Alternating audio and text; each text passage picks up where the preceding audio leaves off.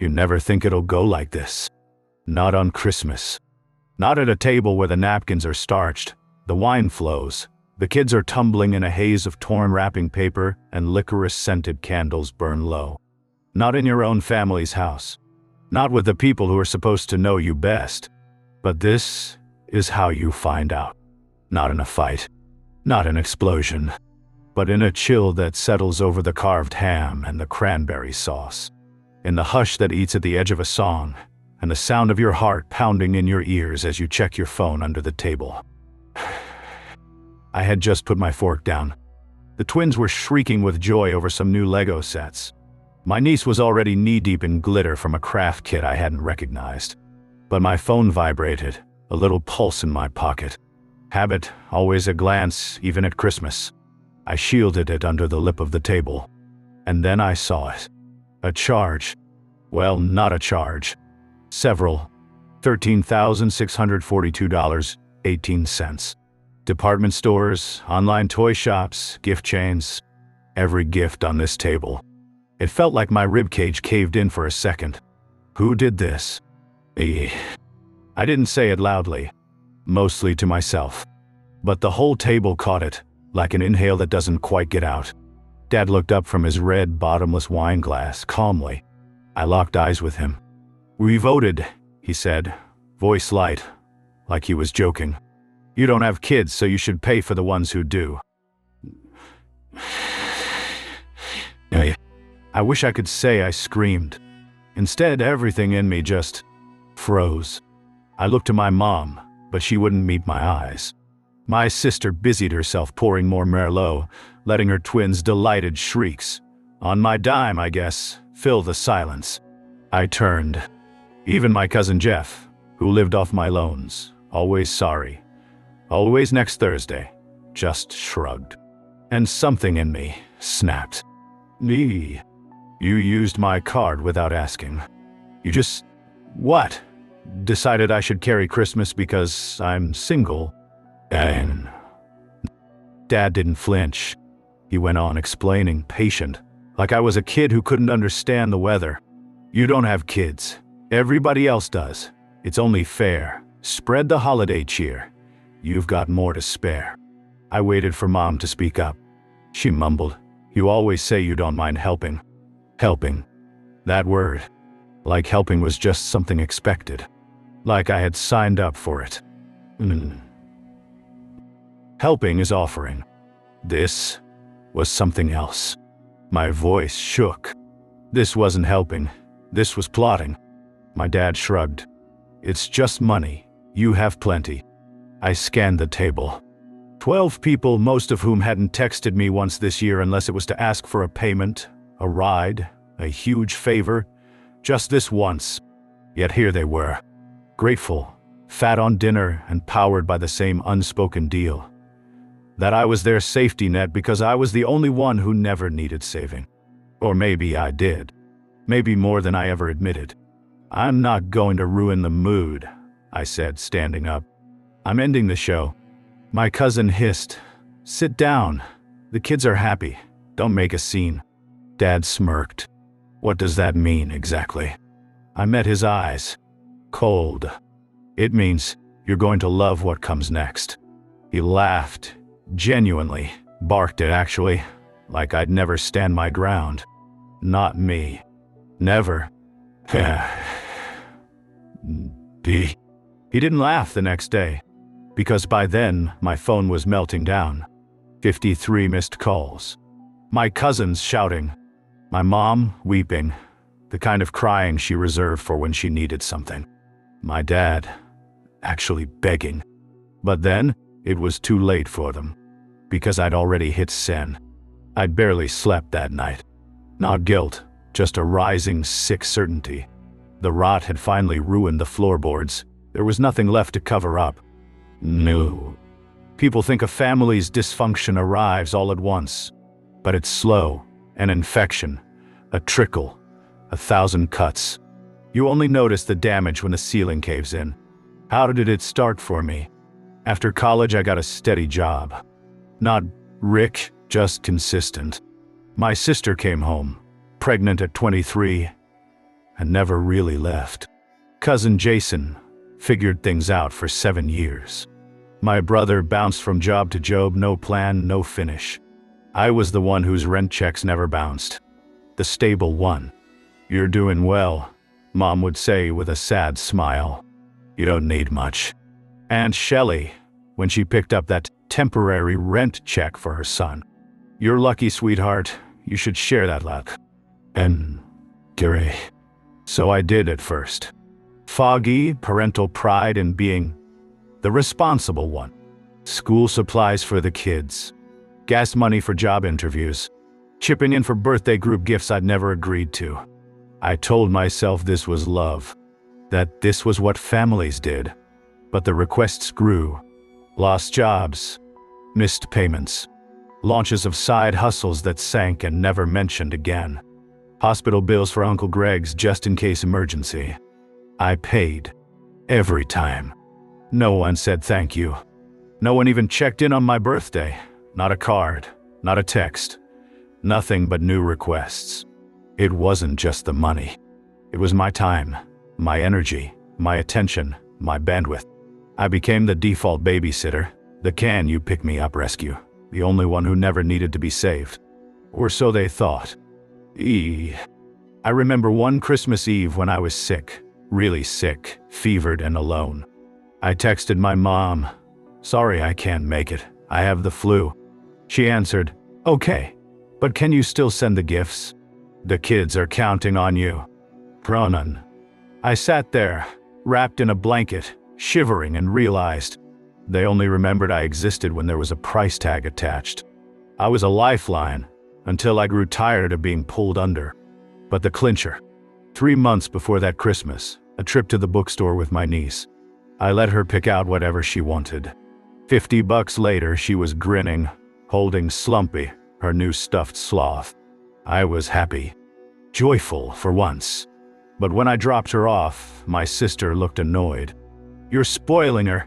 You're the fun uncle just because you have money?" I blinked. "What?" She scoffed. "Maybe spend less on toys and more on a personality." There it was. The mask slipped from both of us. I wasn't valued. I was convenient. They weren't grateful. They were entitled. So that's why, come November, when the family chat fired up, when the holiday planner messages started, I was ready to say no. But Dad texted me, just me. "You're really good at this stuff. Why don't you do all the gifts again this year? We'll settle up after." He never settled up. Not last year. Not ever. So I said, in black and white, "Only if we agree in advance on who's paying." He left me on raid. 3 weeks. I thought maybe the point landed. I was wrong. Because they used my backup card, one I gave my mother years ago. Quiet insurance, just in case. She'd given the number out. According to my statement, purchases posted from 5 different states. She bought nothing. They bought everything. And when I finally confronted them at that dinner, they laughed. We voted. Like theft was now democracy. Like my consent was a quirky tradition, not a right. Right then, I knew. They'd never, ever see me as equal. Me. The rest happens in a blur. I spent that night in a fog. Not of shame, but exhaustion. I replayed every moment I'd been treated like a resource, not a sibling, cousin, child. How many times had they told me, "You're so lucky. Do more. You don't have kids, you have time." By sunrise, the fog cleared. Clarity is cold and final. I opened my laptop. Subject: holiday contribution changes. Body: effective immediately. I am stepping away from all financial support related to our extended family. No more Christmas gifts, birthday gifts, for minors or adults, tuition contributions, mortgage bridges, disaster Venmos, vet bills, Disney logins, nothing. If you used my cards, expect a chargeback. You voted. I'm voting back. Merry Christmas. The childless one. I sent it to everyone. Parents, sister, all 6 cousins, even Aunt Shelley. Then I turned everything off. 7 hours, 16 minutes later, the first call broke through. Then, 30. Then 53. Cousins threatening. Mom wailing, "You ruined Christmas." Dad, voice shaking. "For the love of God, don't do this." He was already done.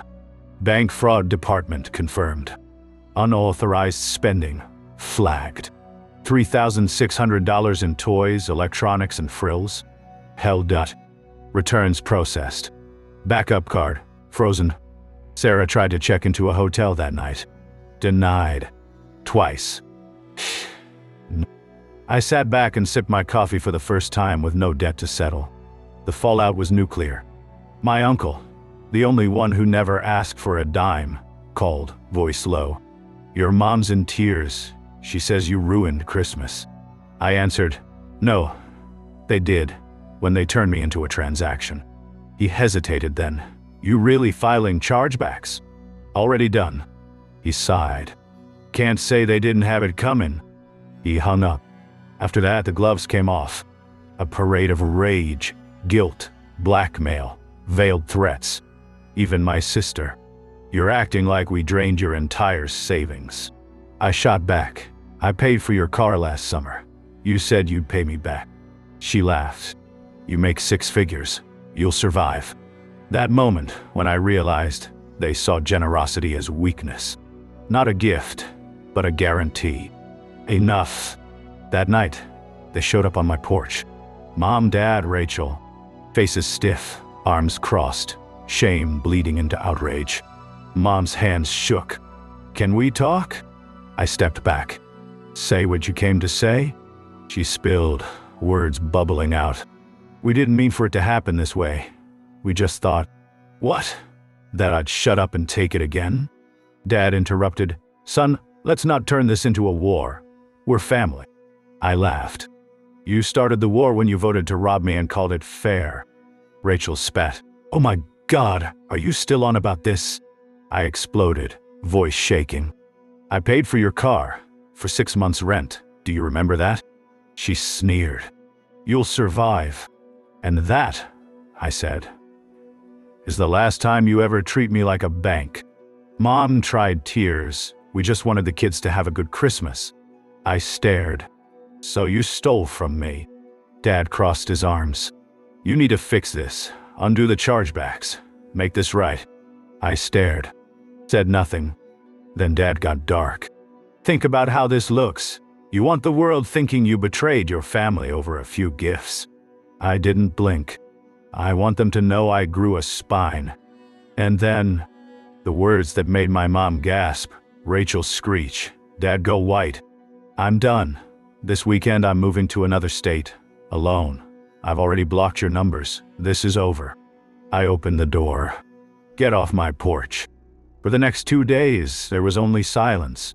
No guilt texts, no voicemails, no passive aggression. For the first time, my life was quiet. I sat on my floor with coffee, music, realizing the anxiety was gone. No one waiting for me to save the day. No one expecting me to deliver their comfort, their joy. But they weren't finished. Not yet. 3 days later, the manipulation resumed. "Your mom's sick from stress. Happy? The kids are asking why Uncle Ghost doesn't call." This time I didn't answer. Then, a surprise. A message from my cousin Jason. I screwed up. "Can we talk?" An hour later, he was at my door, dressed like a grown-up for once. "I'm enrolled in online classes. I got a job in marketing. I'm really trying." I studied him.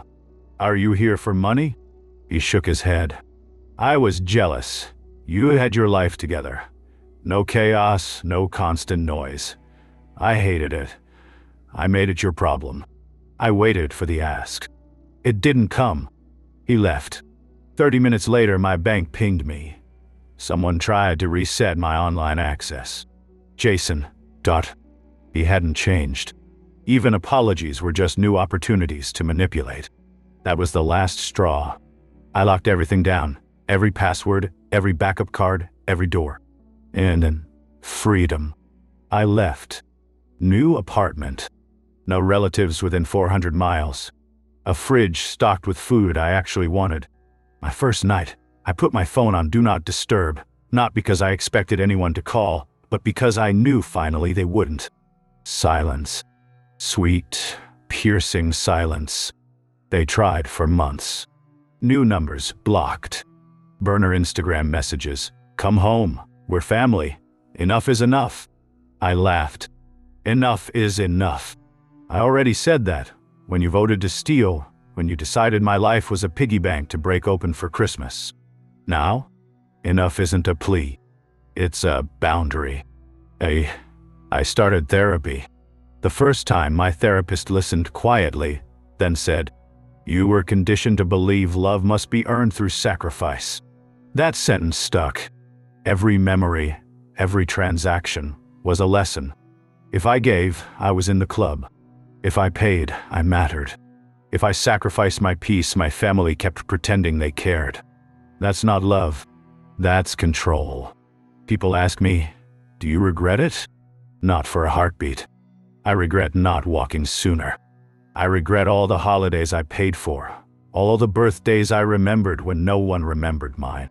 I regret letting them convince me that saying no was selfish, that wanting boundaries was betrayal. They voted. So did I. Unanimous. Cut off. But here's the irony. My life exploded upward. Promoted at work. A partner who likes me for free, who only asks for honesty. Real friends. Real weekends. I picked up new hobbies. Photography. Cooking. I adopted a dog, called her Balance. She only wants love. It's enough. The true end? A text from a strange number. "He's out. We're getting divorced. Thank you. I see it now." It was Kelly, Jason's wife. She saw, finally, what I'd seen. It hit me. Maybe by saving myself, I lit the way for someone else. Before moving, I left a last message in the family chat. "This bank has permanently closed. Try loving instead." Then, leave chat. Car packed to the roof, driving down the interstate. Music loud, sun in my face. I smiled. Yes, I was alone. But I was finally free. Funny how quiet life gets when you cut out the people who never truly listened. That silence. It's not loneliness. It's joy. No more rent requests. No more favors. No more being remembered only for what you can provide. They were gone. For the first time, I wasn't someone else's safety net. I was mine. And if you ever wondered if you can survive without the approval of those who only needed you for what you could give, yes, you can.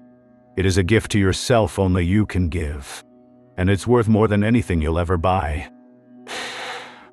Me. But if I'm honest, the weeks after I cut my family off were some of the strangest of my entire life. The world didn't instantly go quiet. My mind certainly didn't. At first, I felt lost. Almost. Exposed. All those years of being on call for crisis after crisis, my brain had gotten wired to expect disasters, guilt bombs, emergencies, all day, every day. I started noticing little things the first week. The way I unconsciously checked my phone every morning, bracing for a request or complaint. There were none. And after so long, the silence felt threatening, like the calm before a storm. I started my days with coffee, not the generic bulk stuff I used to buy for everyone who might drop in, but the sort I actually liked. I rearranged my apartment, put art on the walls, and for the first time, bought myself something just because I wanted it. A camera. I'd always wanted to learn photography, ever since high school, but never felt it was practical. Now, it wasn't about practicality. It was about living. Me. The first birthday I spent alone was surreal. For years, my birthday had been a weird ritual. Cousins calling at noon, parents sending a group message, maybe a pie, if mom remembered. Really, it was just another chance for someone to drop a request into the card.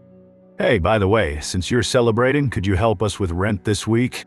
This time I woke up, got bagels, and went for a walk with my dog, Balance. No calls, no requests, just me. And as the day wore on, I realized I wasn't sad. I was relieved. There were moments, plenty of them, when the old guilt tried to creep back in. Late at night, lying in bed, I wondered if they were okay. Were the kids taken care of this year without my gifts? Did my mom ever forgive me, or did she still blame me for ruining Christmas? But those thoughts faded faster each time. I knew the answer. It had never really been about family. It had always been about using the nearest available lifeboat. I started therapy, unsure what to expect. I figured 1 or 2 sessions would be enough, that I'd just vent and get advice. But my therapist turned out to be someone who didn't bother with cliches. She asked big questions. When did you first learn that no wasn't safe in your family? What did love look like to you as a child? I never realized how early the patterns started. I'd always been the quiet, reliable one, the family troubleshooter, peacemaker, fixer. Flashback. I was 9 years old. My dad lost his job, and suddenly anger and tension filled the house. My sister cried every night about having to change schools. Dad started drinking more. Mom leaned on me. You're the strong one, you'll help us hold together. I'd learned to listen, to solve problems, even when it wasn't mine to fix. By age 16, I was working weekends, paying for my own books, sometimes giving my bus fare to my brother so he could hang with friends. I had a little savings, but by senior year it was all gone. Just until next week, always next week. Yeah. I told my therapist, I guess I was always the family safety net. Nobody taught me to set boundaries. No wasn't something people said in our house. Even Mom would say, don't let people down. It's what family does. She nodded, jotting something in her notebook. It's what you learned, but it's not what's right for you forever. And then, Kinder, by me, Bishop, Colonel, by Shao, I must ready, and won't say, courier, pre. And so, I started to change. Slowly, painfully, but for the first time, with a purpose. I found local community groups, joined a hiking club, started setting small, achievable goals just for myself. Cook something new each week, read a new book every month, go somewhere I'd never been. At first it felt fake, like I was living someone else's life. But with each week, the sense of self grew. I stopped flinching when my phone buzzed. I stopped wondering if I was missing a request. Occasionally, my dad would try to reach out. One afternoon, he sent a long rambling email, half apology, half complaint. He wrote, families go through rough patches. Someday you'll understand it's all just life. I read it 3 times, studying his words, looking for genuine regret. But it was always the same. It was all about them, never me. I replied only once, I'm not your ATM. You'll need to learn to stand on your own. None. In the months that followed, I did more than I ever thought possible. I took a trip, solo. Always wanted to, never did because... what if someone needs me? I went all the way up to Oregon's coastal forests. Climbed a mountain. Watched the sun set behind pine trees in total silence. Balance snuggled at my feet and I realized I hadn't worried about anyone in days. No emergency. No disasters. Just living. Just breathing. No. The old family group chat, long blocked, was eventually deleted. One day, out of the blue, my cousin Jeff emailed. No apology, he needed money, as always. I didn't reply. That day, for the first time, I felt powerful, not out of revenge, but because the cord had finally been cut. The holidays came again, and for the first time, I celebrated how I wanted. I baked cookies, watched old movies, gave a neighbor's kids a small present, because I felt like it, not because I was pressured. No one took advantage. No one demanded anything. At work, I was surprised. One day, my manager pulled me aside. You've seemed happier lately, she said. Less stressed, more productive. What changed? I smiled, for once unsure how to answer. I guess I finally learned how to say no, I said. Wah. There were setbacks, sure. Some nights, especially when it was raining, I'd wonder, was this the right choice? Did I lose family? Or did I just lose the people who never really treated me like family at all? But then, a message from Kelly, Jason's ex, reminded me that by bravely choosing myself, I made space for others to do the same. I wasn't just freeing myself. I was breaking a pattern. Therapy taught me. Self-worth does not come attached to a transaction. Family is not blood. You choose who gets to be close. Love isn't measured by how much you sacrifice. It's measured by how much respect, kindness, and honesty you give and get. I began to heal. Found comfort in solo walks, in the small joys of normal, quiet days. Sent cards to people who'd earned a place in my life. Celebrated new milestones. My photography got published in a small online magazine. I cooked an entire Thanksgiving meal just for me and a few friends. No family drama. No requests. Just laughter. 1 year after Christmas, the year I walked away, my life looked nothing like before. It was lighter, freer, fuller. I had new friends, hobbies, a home filled with peace. And I realized the best gift I ever gave anyone, including myself, was refusing to pay for their happiness at the cost of my own. That's what it means to start over. That's what it means to choose yourself. So if anyone out there wonders what happens if you stand up, if you say enough, if you finally walk away from those who only see what you're worth in dollars, know this: it's hard. There are days you'll wish for old familiar voices, even ones that never really said what you needed to hear. But the silence is sweeter than you can imagine. The freedom tastes like good coffee, sweet air, and a future you build for yourself. One where love is given for real, and family is chosen, not voted. Hindu. Nay.